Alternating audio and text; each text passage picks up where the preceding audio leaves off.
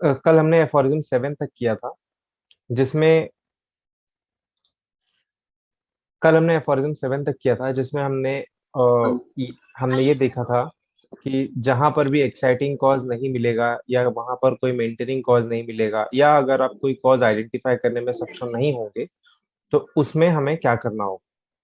तो ऐसे सभी केसेस में हमको जो मॉर्बिड सिम्टम्स जो वहां पर हमको मिलेंगे, जो जो भी सिम्टम्स हम वहां पर ऑब्जर्व कर पाएंगे, उन सारे सिम्टम्स की टोटालिटी फ्रेम करके, यानी कि कॉज अगर नहीं मिल रहा है तो कॉज को साइड में रखिए और बाकी की जो सिम्टम्स हैं उसको आप कंसिडर करिए। वो सारे सिम्टम्स क्या क्या होंगे, जो एक्सेसरी सरकमस्टेंसेस यानी कि उसके आसपास का माहौल कैसा है, किस तरीके से वो अपने माहौल में एडजस्ट कर पा रहा है। तो ये सारी चीजें जो है सिम्टम बनेंगी और इनका टोटालिटी बनाकर आप एक मेडिसिन ढूंढिए जो इस टोटालिटी को मैच करता हो। तो ये हमको एफोरिज्म नंबर 7 से पता लगा था। और इसी में इन्होंने एक जगह पर लिखा था, of this outwardly reflected picture of the internal essence of the disease. ठीक है, क्या कह रहे हैं? Outwardly reflected. आउटवर्डली रिफ्लेक्टेड का मतलब क्या हो गया कि वो सिम्टम्स जो बाहर दिखाई दे रहे, वो पिक्चर जो बाहर दिखाई दे रही है, जो उसके शरीर पर दिखाई दे रही है, उसके दिमाग में दिखाई दे रही है, उसके बिहेवियर में दिखाई दे रही है, आउटवर्डली रिफ्लेक्टेड पिक्चर। किस चीज का आउटवर्डली रिफ्लेक्टेड है ये? किस चीज का रिफ्लेक्शन है या किस चीज का प्रतिबिंब है ये है internal essence of the disease. जो डिजीज हमारे भीतर समाया हुआ है, जो डिजीज हमारे भीतर मौजूद है, उसका प्रतिबिंब हमको दिखाई देता है इन सिम्टम्स के द्वारा। अगर सिम्टम्स मौजूद हैं, इसका मतलब होता है कि अंदर डिजीज मौजूद, और अगर अंदर डिजीज मौजूद है तो इसका अर्थ होता है कि बाहर सिम्टम्स होंगे ही होंगे। फिर लिखा हुआ है, that is of the affection of the vital force. ये अफेक्शन का मतलब क्या होता है? ये अफेक्शन का मतलब प्रेम व्यवहार नहीं है। यहाँ पर affection of the vital force का मतलब कि ये जो वाइटल फोर्स है, ये उसका परिणाम है। ये जो वाइटल फोर्स है, इसके ऊपर कुछ बुरा असर हुआ है जिसकी वजह से ये अंदर डिजीज पैदा हो गई है, और क्योंकि अंदर डिजीज पैदा हो गई है, बाहर सिम्टम्स दिखाई दे रहे हैं। This is called outwardly reflected picture of the internal essence of the disease, that is of the affection of the vital force. तो अब ये वाइटल फोर्स क्या है, मैं एक थोड़ा सा बहुत बेसिक में बता देता हूँ, उसके बाद तो हम आगे पढ़ने ही वाले हैं। वाइटल का मतलब होता है something which is very essential. कोई ऐसी चीज जो बेहद जरूरी है हमारे हमारे लिए। अब वो फोर्स हो सकता है या कोई भी चीज हो सकता है। तो अब साथ में इसके जुड़ा हुआ है फोर्स। फोर्स का मतलब क्या होता है? कोई एक शक्ति। वाइटल और फोर्स, इन दोनों को साथ में जोड़कर देखिए तो एक एक ऐसी शक्ति है जो हमारे लिए जरूरी है, हमारे जीवन के लिए जरूरी है, हमारे सारे अंगों को बचा कर रखने के लिए जरूरी है, हमको गति देने के लिए जरूरी है, हम कोई चीज समझ पा रहे हैं, हम जिंदा हैं इसलिए वो जरूरी है हमारे। आप ऐसे कह सकते हैं, जिसको हम हिंदी में प्राण वायु कहते हैं। इसको आप जीवन शक्ति कह सकते हैं, इसको आप आपकी चेतना कह सकते हैं, जो आपके जो आपके शरीर के भीतर है। और वही चेतना, वही प्राण वायु, वही जो वाइटल फोर्स है, यही आपको जीवित रखती है। बिना उसके आप जीवित नहीं रह सकते, बिना उसके आपके ऑर्गन्स प्रिजर्व नहीं रह सकते। तो ये मैं थोड़ा सा वाइटल फोर्स के बारे में बता रहा था। इसके बाद हम आगे बढ़ते हैं। इसका फुटनोट था एफोरिज्म नंबर 7 का, जिसमें वो लिखते हैं, it is not necessary to say that every intelligent physician that would first remove this where it exists। ये किसके बारे में बात कर रहे हैं? ये एक्साइटिंग कॉज और मेंटेनिंग कॉज के बारे में बात कर रहे हैं कि जो भी इंटेलिजेंट फिजिशियन होगा, जो भी समझ की शक्ति रखता होगा, वो सबसे पहले क्या करेगा? जो भी एक्साइटिंग कॉज होगा, जो भी मेंटेनिंग कॉज होगा, उसको वो उस जगह से हटा देगा जहां पर भी वो मौजूद हो। क्योंकि ये एक्साइटिंग कॉज या ये मेंटेनिंग कॉज उस बीमारी को कंप्लीटली क्योर होने से प्रिवेंट करेंगे। हो सकता है टेम्पररी रिलीफ मिल जाए, लेकिन क्योंकि मेंटेनिंग कॉज मौजूद है तो वो बीमारी वापस आ जाएगी, या फिर यूं कहूं कि वो सिम्टम्स दोबारा आने शुरू हो जाएंगे। तो इसके कुछ एग्जांपल दे रहे हैं वो, it is not necessary to say, ये कहने की जरूरत नहीं है कि जो भी इंटेलिजेंट फिजिशियन होगा वो सबसे पहले इस एक्साइटिंग कॉज और मेंटेनिंग कॉज को हटाएगा, जिससे क्या होगा, जो ये इनडिस्पोजिशन है thereupon generally ceases spontaneously, ये जो इनडिस्पोजिशन है ये अपने आप ही ठीक हो जाएगा, इसको हो सकता है ट्रीटमेंट की जरूरत ना पड़े। जैसे कुछ एग्जांपल दे रहे हैं वो, he will remove from this room strong smelling flowers which have a tendency to cause syncope and hysterical suffering। अगर कोई कमरे के अंदर कोई फूल पड़ा है जिसकी वजह से किसी को बेहोशी छा जा रही है या उससे उसको हिस्टेरिकल सफरिंग्स आ जा रहे हैं, तो सबसे पहले आप क्या करेंगे, ट्रीटमेंट मेडिसिन वगैरह तो बाद में आती है, लेकिन सबसे पहले आप उन फूलों को उससे दूर करें। अगर किसी के आंख में कोई फॉरेन बॉडी चला गया है, जैसे एग्जांपल दे रहे हैं वो, extract from the cornea the foreign body that excites inflammation of the eye. अगर आंख में कोई कंकड़ चला गया है, कोई पत्थर चला गया है, कोई भी फॉरेन बॉडी चला गया है, तो सबसे पहले आप उस कंकड़ को निकालिए, उस पत्थर को निकालिए, उस फॉरेन बॉडी को निकालिए जो वहां पर सूजन पैदा कर रहा है। Loosen the over tight bandage on a wounded limb that threatens to cause mortification. अगर किसी को बैंडेड लगा हुआ और वो बैंडेड बहुत ज्यादा टाइट हो गया है, जिसकी वजह से आगे खून की सप्लाई नहीं हो रही, और पैर जो है नीले पड़ने लगे हैं या उसमें सड़न शुरू हो गई है, तो सबसे पहले ट्रीटमेंट या मेडिसिन तो बात की बात होती है, सबसे पहले ये कॉमन सेंस लगाइए कि उसका जो बैंडेज है उसको हटाइए, उसको थोड़ा सा लूज करिए ताकि वहां पर ब्लड सप्लाई जा सके। And apply a more suitable one, lay bare and put ligature on the wounded artery that produces fainting. अगर किसी का कोई आर्टरी कट गया है और वहां से ब्लीडिंग हो रही है, तो सबसे पहले वहां प्रेशर डालिए या कुछ ऐसा ऑक्लूजन डालिए जिससे कि वो जो ब्लड बाहर जा रहा है वो रुक जाए, वो वेस्ट ना हो। That produces fainting, endeavour to promote the expulsion by vomiting of belladonna berries etcetera. कोशिश करिए कि अगर किसी ने कोई पॉइजनिंग कर लिया है या कुछ जहरनुमा चीज उसके शरीर के भीतर चली गई, तो उसको वॉमिटिंग करवा कर या उसको लूज मोशन करवा कर, कुछ ना कुछ करवा कर उसका जो पॉइजन है वो बाहर निकालने की कोशिश करिए। That may have been swallowed, extract foreign substances that may have got into the orifices of the body। जैसे कुछ बच्चे होते हैं नाक में, कान में चना मटर और छोटी छोटी खिलौने वगैरह जो बहुत आते हैं, गोटी वगैरह होती है उसको डाल देते हैं, गले में कॉइन वॉइन निगल जाते हैं। तो अगर ऐसा कोई फॉरेन सब्सटेंस है जो इन बच्चों ने या उस पेशेंट ने निगल लिया है, जैसे नाक के अंदर हो सकता है, गले के अंदर हो सकता है, यूरेथ्रा में हो सकता है, रेक्टम में हो सकता है, वजाइना में हो सकता है, तो सबसे पहले उस चीज को निकालिए। वो जो फॉरेन सब्सटेंस है जो गलती से चला गया है या जानबूझकर अंदर डाला गया है, उसको आप बाहर निकालिए ताकि आप उसको हेल्प कर सकें। क्रश द वेसिकल कैलकुलस, जहां पर भी जरूरत हो वहां पर आपको अगर कैलकुलस बहुत ज्यादा बड़ा साइज का है तो उसको एक्सपेल आउट करने के लिए पहले आपको उसको ब्रेकआउट करना पड़ेगा। Open the imperforate anus of the newborn infant. Imperforate anus का मतलब जो लैट्रिन की जगह है वहां पर ओपनिंग ही नहीं है, तो अगर ओपनिंग ही नहीं है तो वहां पर आपको वो ओपनिंग बनानी पड़ेगी with the help of surgery. तो कहने का मतलब है कि जहां जहां पर भी जो रुकावटें हैं उन रुकावटों को, जो एक्साइटिंग कॉज है उनको या कोई अगर मेंटेनिंग कॉज है उनको आपको दूर करना पड़ेगा, ताकि जो आपका लक्ष्य है क्योर हासिल करने का, पेशेंट को डिजीज से रिवर्स करके हेल्थ में ले आने का, वो आप बखूबी कर पाए। नेक्स्ट वो कहते हैं ये फुटनोट ये बता रहे हैं टोटालिटी के बारे में।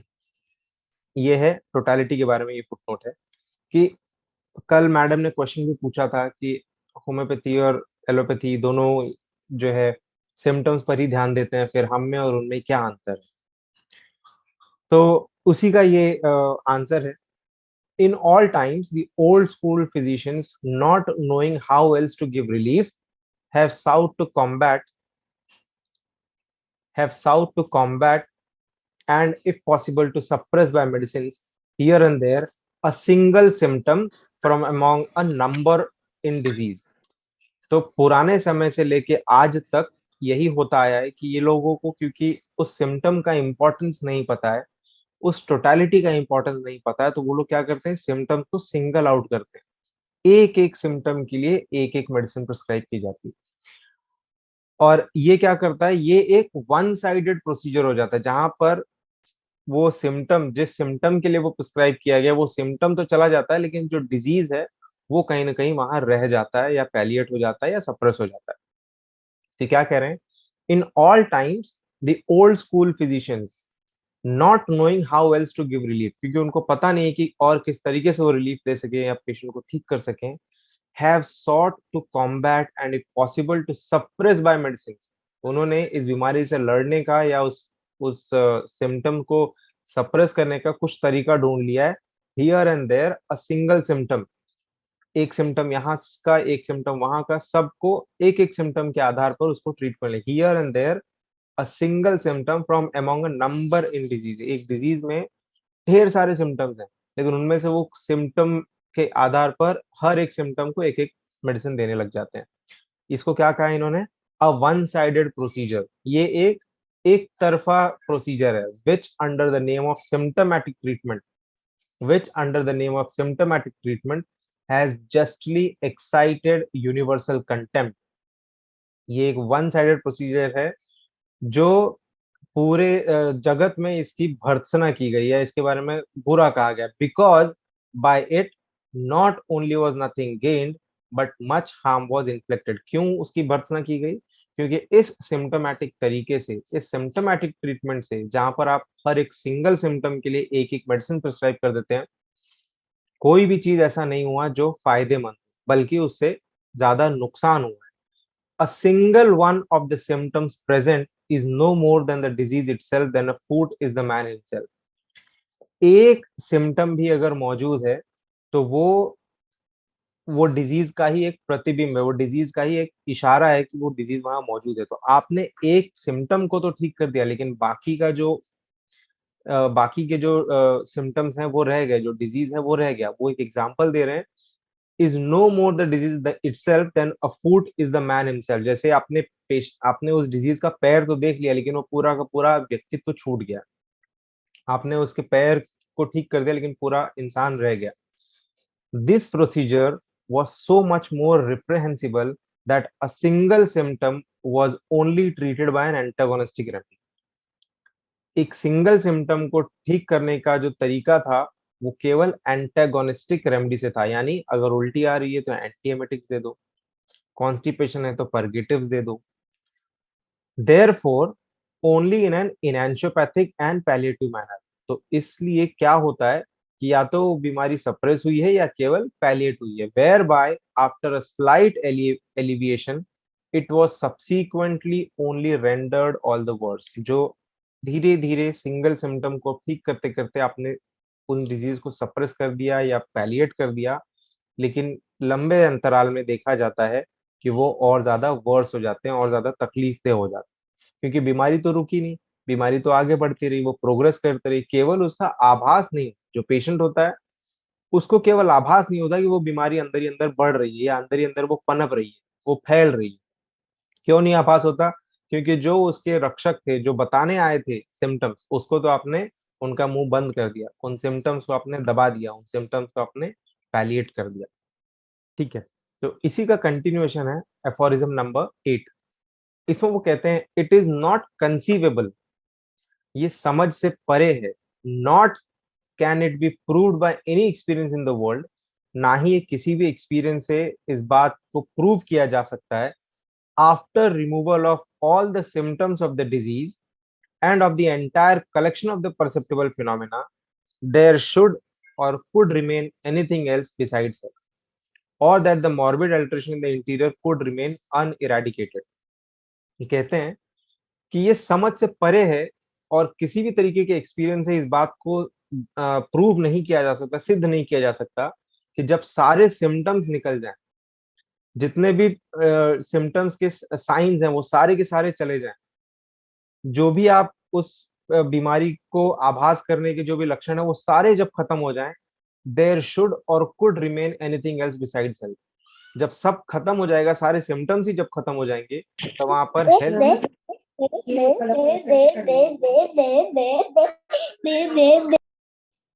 तो जब सारे सिम्टम्स ही खत्म हो जाएंगे तो वहां पर हेल्थ के सिवा कोई और चीज रह नहीं सकता, या फिर और that the morbid alteration in the interior could remain uneradicated, या फिर ये कहा जाए कि सिम्टम्स, सारे के सारे सिम्टम्स खत्म हो गए, लेकिन अंदर डिजीज, जो अल्टरेशन अंदर हुआ था वाइटल फोर्स के अंदर, वो वैसा का वैसे ही रह गया। ये भी सिद्ध नहीं किया जा सकता। ये ऐसा क्यों कह रहे हैं फॉर्जामेट में? बिकॉज एक डॉक्टर ह्यूफलैंड थे। डॉक्टर ह्यूफलैंड ने ये रिमार्क किया था होम्योपैथी के बारे में कि होम्योपैथी सिम्टम्स निकाल देती है बट बीमारी अंदर रह जाती है।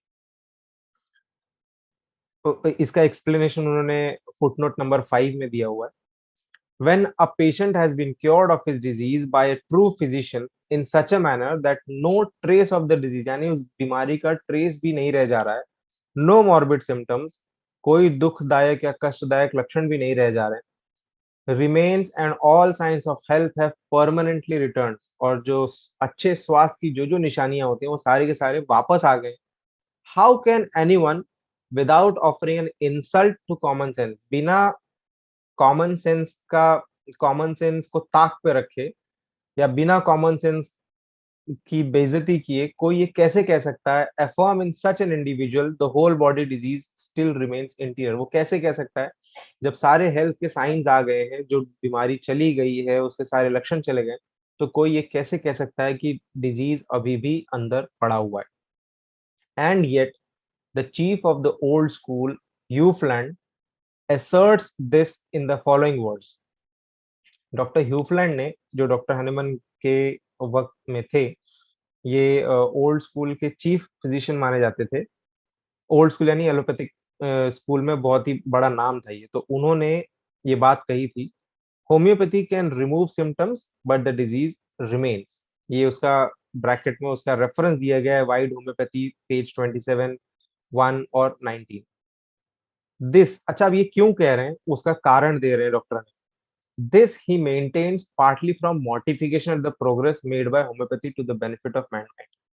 तो ऐसा वो इसलिए कह रहे हैं क्योंकि पहली बात तो जिस तरीके से होम्योपैथी ने प्रोग्रेस किया, जिस तरीके से होम्योपैथी ने मैनकाइंड को बेनिफिट दिया, उससे कुछ तो ये अपमानित महसूस कर रहे हैं। और partly because he still holds thoroughly material notions respecting disease, या फिर ये भी है, ये भी एक कारण है कि ये ऐसा भी सोच रहे हैं कि अ, इनका जो बिलीफ है वो अभी भी मटेरियल डिजीज के प्रति, यानी कुछ न कुछ शरीर के भीतर ऐसा है जो बीमारी कॉज करता है। जैसे आज हम जर्म थियरी देखते हैं, जनरली हम लोग सोचते हैं कि कोई बैक्टीरिया है, कोई वायरस है, कोई पैरासाइट है या कोई फंगस है जिसकी वजह से डिजीज आता है। तो हो सकता है वो इसी तरीके का सोच रखते हैं जिसकी वजह से वो इसको एक्सेप्ट नहीं कर पा रहे। Partly because he still holds thoroughly material notions respecting disease, which he is still unable to regard as a state of being of the organism, wherein it is dynamically altered by morbidly deranged vital force. वो इस बात को समझ ही नहीं पा रहे हैं क्योंकि उनकी जो आंखें हैं वो केवल मटेरियल चीज देख रही है कि कोई बैक्टीरिया होना चाहिए, कोई वायरस होना चाहिए, कोई पैरासाइट होना चाहिए। वो इस बात को समझ ही नहीं पा रहे हैं कि वाइटल फोर्स डायनामिकली अल्टर हुआ है by some dynamic force as an altered state of health, but he views the disease as something material which, after the cure is completed, may still remain lurking in some corner in the interior of the body. तो वो इस dynamic derangement को समझ नहीं पा रहे हैं और वो कुछ ऐसा ढूंढना चाह रहे हैं उनके हिसाब से कि जब क्योर ठीक हो जाएगा, जब पेशेंट क्योर हो जाएगा उसके बावजूद वो जो मटेरियल ऑर्गेनिज्म है वो कहीं ना कहीं अंदर बैठा रहेगा। और वो इसलिए बैठा होगा in order someday during the most vigorous health, जिस दिन पेशेंट सबसे ज्यादा हेल्दी होगा, to burst forth at its pleasure with its material presence, और वो अपना मतलब सब कुछ तोड़ ताड़ के वापस बाहर आ जाएगा, वो बीमारी वापस ऊपर आ जाएगी। So dreadful is still the blindness of old pathology. So dreadful is still the blindness of the old pathology. तो ये ओल्ड स्कूल के जो फॉलोअर्स हैं वो इतने अंधे हो चुके हैं, ऐसा डॉक्टर हनीमन कह रहे हैं, वो इतने अंधे हो चुके हैं कि उनको वो डायनामिक डिरेंजमेंट दिखता नहीं है, वो डायनामिक डिरेंजमेंट उनको समझ में नहीं आता। No wonder that it could only produce a system of therapeutics which is solely occupied with scouring out the poor patient. तो इस बात में इसी वजह से कोई आश्चर्य नहीं है कि इस सिस्टम ऑफ थेराप्यूटिक्स ने, इन लोगों ने केवल एक ऐसा सिस्टम ऑफ थेराप्यूटिक्स पैदा किया जो केवल और केवल गरीबों को लूटता है और गरीबों के हेल्थ से मजाक करता है। No wonder that it could only produce a system of therapeutics which is solely occupied, जो केवल और केवल इस बात में व्यस्त है with scouring out the poor patient, scouring out the poor patient, यानी उनके हेल्थ से उनके मनी को लूटने वाला। यहाँ तक कोई डाउट है? फिर हम वाइटल फोर्स को देखते हैं। यहाँ तक कोई डाउट है?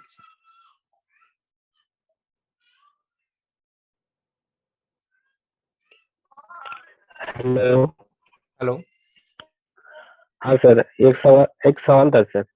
सर जी। बोल रहा था कि जो एलोपैथिक सिस्टम ऑफ मेडिसिन है सर, जैसे कि वो लोग वन सिम्टम्स के लिए वन मेडिसिन प्रिस्क्राइब करते हैं, हम्म। और हैनीमैन सर का कहना है कि इससे जो बीमारी है अंदर अंदर में फैलता है। हम्म। तो प्रैक्टिकल में तो ऐसा हम लोग क्या प्रैक्टिकल में ऐसा देखते हैं? क्या मतलब प्रैक्टिकल क्या? इसका तो कुछ प्रैक्टिकल में ऐसा ऐसा होता है सर? मतलब जो लोग एलोपैथिक ट्रीटमेंट ले रहे हैं तो हम्म। फिर बहुत देर तक टिक नहीं पाएंगे ना सर, और नहीं डिजीज टिकते अंदर हैं में ना, फैला हुआ है। नहीं टिकते हैं, इसी वजह से तो नहीं टिकते। मैं आपको एक तो एग्जांपल बता दूं, ऐसा। जो अभी प्रेजेंट में चल हाँ रहा सर बताइए। है। अभी कोविड चल रहा है ना, ये हर बार नया वेरिएंट क्यों आ रहा है? पहले अल्फा आया, फिर लैम्बडा आया, फिर डेल्टा आया, अब वो माइक्रोन आ रहा है, इसके बाद पता नहीं क्या आएगा। ये वायरस तो वही है, ये क्यों बार बार अपने आप को मॉडिफाई कर? समझ में आ रहा है ये बात? तो हाँ हाँ सर, समझ में आ रहा है। लेकिन सर हम लोग देखते हैं कि बड़े बड़े डिजीज तो एलोपैथी से भी ठीक होता है, और आदमी बहुत दिन तक जिंदा रहते हैं। मैं वही कह है रहा ना हूँ सर? कि सिम्टम्स का खत्म हो जाना या सिम्टम्स का सप्रेस हो जाना, हम उसको क्योर नहीं कह सकते। एक एग्जांपल मैं बताता हूँ आपको। ये केस मेरा अपना नहीं है, लेकिन मैंने किसी बुक में पढ़ा था। मेरे ख्याल से ये डॉक्टर क्लार्क का डॉक्टर क्लार्क का ये केस है। तो उसमें उन्होंने एक केस का एग्जांपल दिया जहां पर एक पेशेंट को बचपन में रिंग वर्म के लिए ट्रीट किया गया। ठीक है, रिंग वर्म के लिए ट्रीट किया गया जब वो करीब 6-7 साल की थी। फिर धीरे धीरे वो कुछ 22-25 साल की हुई, और फिर उसको एक दिन सडनली हार्ट अटैक आ गया। और जब उसको हार्ट अटैक आ गया तो सारे लोग सरप्राइज हो गए कि इस इतनी कम उम्र में हार्ट अटैक कैसे आ सकता है। तो अब जब उसका जब केस टेकिंग किया गया होम्योपैथी में, और सारे इन्वेस्टिगेशंस किए गए, यानी कि केस टेकिंग करने में उसका जब पास्ट हिस्ट्री और वगैरह वगैरह सब खंगाला गया, तो उसमें ये हिस्ट्री निकल कर आई कि बचपन में उसको रिंगवर्म हुआ था और उसको ऑइंटमेंट लगा के सप्रेस किया गया। अब आप मुझे बताइए, बचपन में जब उसको करीब 6-7 साल की उम्र में जब उसको रिंगवर्म हुआ था, उसके बाद जब उसको ऑइंटमेंट लगा के क्लियर कर दिया गया, जब तक उसको हार्ट अटैक नहीं आया, वो जो शायद 25 या 26 साल की उम्र में उसको आया था, तो मैं कह सकता हूँ कि लगभग 19 साल का जो समय था, इतने समय तक हम तो यही सोचेंगे ना कि एलोपैथी ने उसको ठीक कर दिया। सोचेंगे या नहीं? सोचेंगे। हाँ सर, सोचेंगे। जब तक वो कॉम्प्लिकेशन नहीं आ जाती ना, तब तक हमको उसका आभास नहीं होता कि क्या होने वाला है। Getting my point? हाँ ये थी ये। हाँ सर, अंदर में क्या चल रहा है जब रिजल्ट नहीं आता है तो समझ में नहीं आएगा। जी। तो हम लोग एफोरिज्म नंबर 9 करते हैं और उसके बाद क्वेश्चंस लेंगे 5 मिनट के लिए। ये एफोरिज्म नंबर 9 जो है, ये वाइटल फोर्स के बारे में जानकारी देता है कि वाइटल फोर्स बेसिकली है क्या। तो लिखते हैं, in the healthy conditions of man, यानी कि जब कोई भी व्यक्ति जब स्वस्थ होता है, अच्छे स्वास्थ्य में होता है, हेल्दी कंडीशंस में होता है, तब तब क्या होता है हमारे अंदर? In the healthy conditions of man, the spiritual vital force, ये जो आध्यात्मिक शक्ति है हमारे अंदर, जो आध्यात्मिक जीवन शक्ति है हमारे अंदर, ब्रैकेट में लिखा है ऑटोक्रेसी, यानी कि ये ऑटोमेटिकली चलता है। इसको हम और आप अपनी मर्जी से उसको हाँक नहीं सकते कि इस तरफ चल या उस तरफ चल, या ऐसे काम कर या वैसे काम। वो अपने आप ही काम करता है। In the healthy conditions of man, the spiritual vital force, यानी ऑटोक्रेटिक, द डायनामिस। डायनामिस का मतलब होता है एक ऐसी शक्ति जिसको आप, उसको केवल आप आभास कर सकते हैं, उसके इफेक्ट्स को आप देख सकते हैं, लेकिन आप उसको छू नहीं सकते, आप उसको टच नहीं कर सकते, आप उसको अ, आप उसको देख नहीं सकते आंखों से। तो spiritual vital force, the spiritual vital force, the dynamics, ये जो अंदर ऐसी शक्ति जिसको हम देख नहीं सकते, छू नहीं सकते, that animates the material body, ये हमारे शरीर को गति देता है। द ऑर्गेनिज्म यानी कि हमको, मटेरियल बॉडी यानी हमारी जो ऑर्गन्स हैं उन सबको गति देता है। अब जैसे हम और आप बात करें तब भी हमारे लंग्स काम कर रहे हैं, वो सांस ले रहे हैं, आपको पता भी नहीं चल रहा है। आपका जो हार्ट है वो बीट कर रहा है, और प्रॉपर ड्यूरेशन में बीट कर रहा है जैसा उसको करना चाहिए। हमारे वेंट्रिकल्स अपने आप फिल हो रहे हैं, हमारे एट्रियम में अपने आप ही आयोटा फिल कर रहा है, फिर वो पंप आउट भी हो जा रहा है। ब्लड प्रेशर प्रॉपरली मेंटेन्ड है। हमारा जो डाइजेशन है, हम बात करें तब भी हमारा डाइजेशन चालू है। हम जब बात करें तब भी जो स्प्लीन है वो अपना काम कर रहा है। जो हमारे बोन मैरोज है वो ब्लड बनाने का काम कर रहे हैं, ब्लड सेल्स बनाने का काम कर रहे हैं। फ्लूइड मैनेजमेंट हो रहा है, छोटे छोटे माइक्रो मैनेजमेंट आप कह सकते हैं। माइक्रो से भी माइक्रो मैनेजमेंट हमारा बिना रुके, बिना थके वो लगातार चलता रहता है। जब आप सो जाते हैं तब भी वो चलता रहता है, जब आप जागते होते हैं तब भी चल रहा है, अभी भी चल रहा है, और जब तक हम जिएंगे तब तक वो चलता रहेगा। तो जब भी हम स्वास्थ्य स्वस्थ कंडीशन में होते हैं, तब ये जो स्पिरिचुअल वाइटल फोर्स है, ये जो डायनामिक्स है, ये हमारे शरीर को गति प्रदान करता है, हमारे शरीर को मूव करने में या उसको एनिमेट करने में हेल्प करता है। रूल्स विथ अनबाउंडेड स्वे, बिना किसी रोक टोक के वो काम करता रहता है, और अपना जो एक छत्र राज्य कायम रखता है।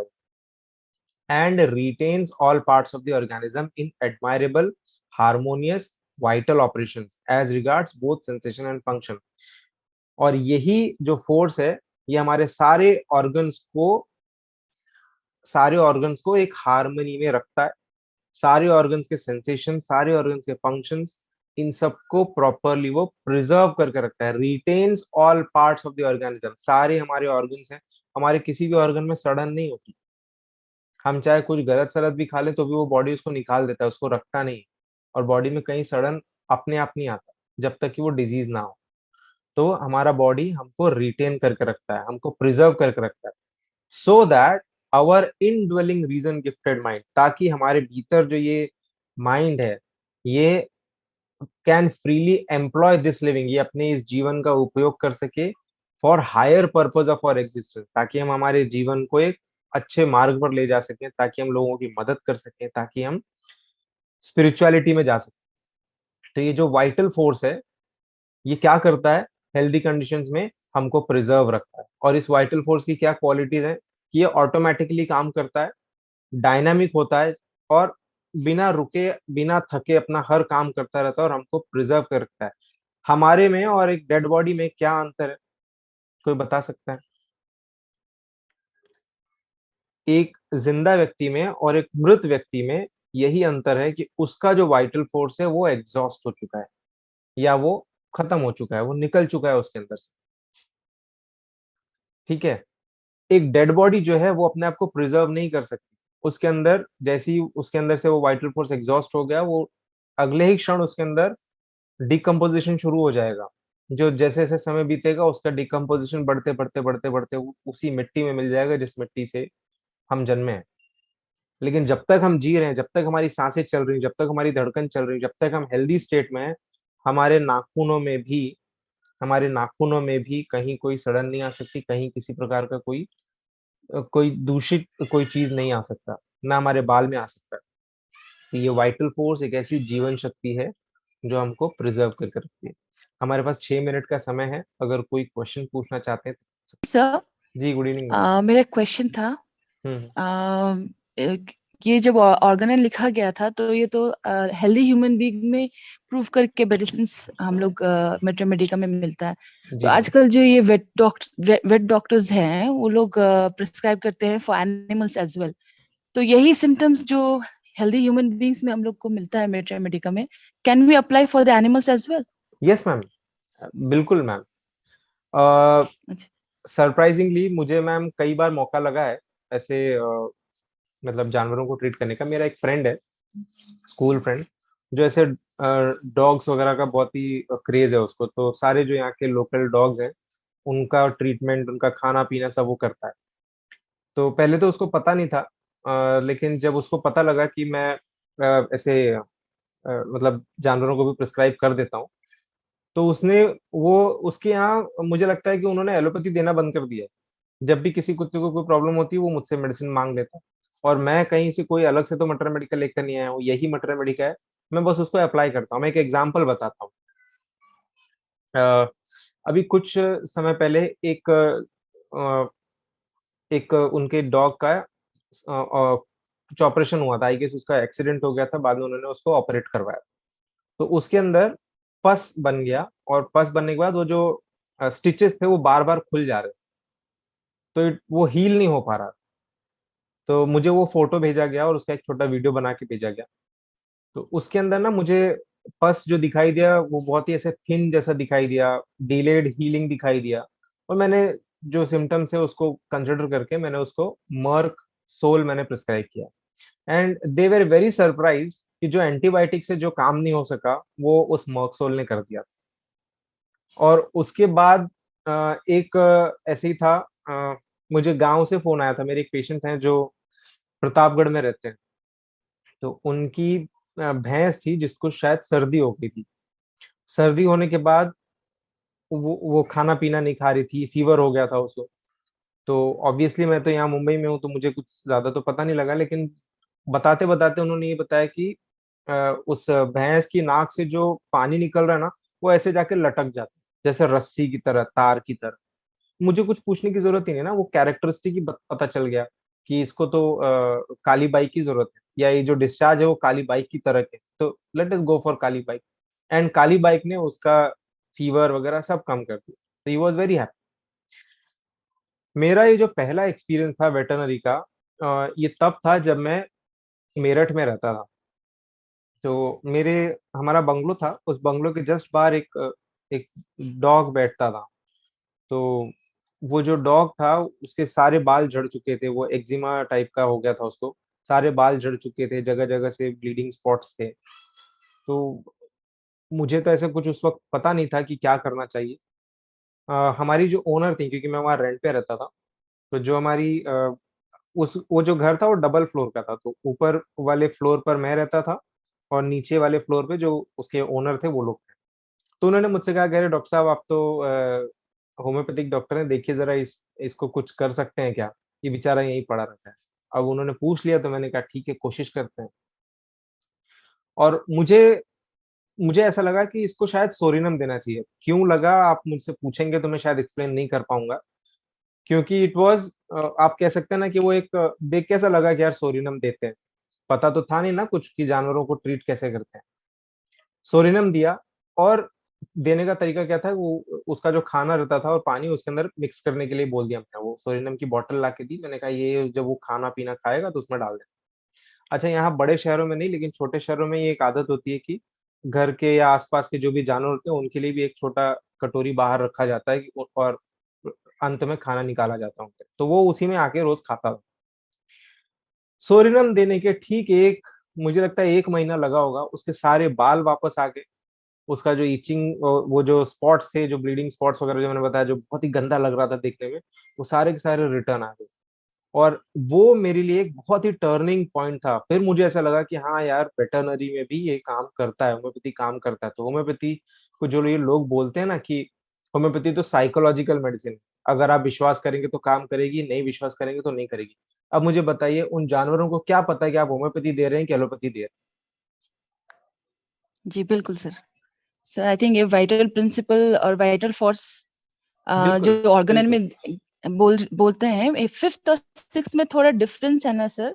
बिल्कुल, ये 6th आई वाला थिंक थोड़ा वाइटल एडवांस्ड है। प्रिंसिपल को 6th वाला जी, थोड़ा एडवांस्ड है और इसलिए बहुत सारे कंट्रोवर्सीज़ भी हैं उसमें। हम धीरे-धीरे बात करेंगे। हमारे पास बस 1 मिनट से भी कम समय बचा है। तो जी, अगर जी, कोई जी, क्वेश्चन हो ओके, तो आप लोग थैंक यू सर। पूछिएगा ग्रुप में, मैं ज़रूर आंसर करने का प्रयास करूँगा।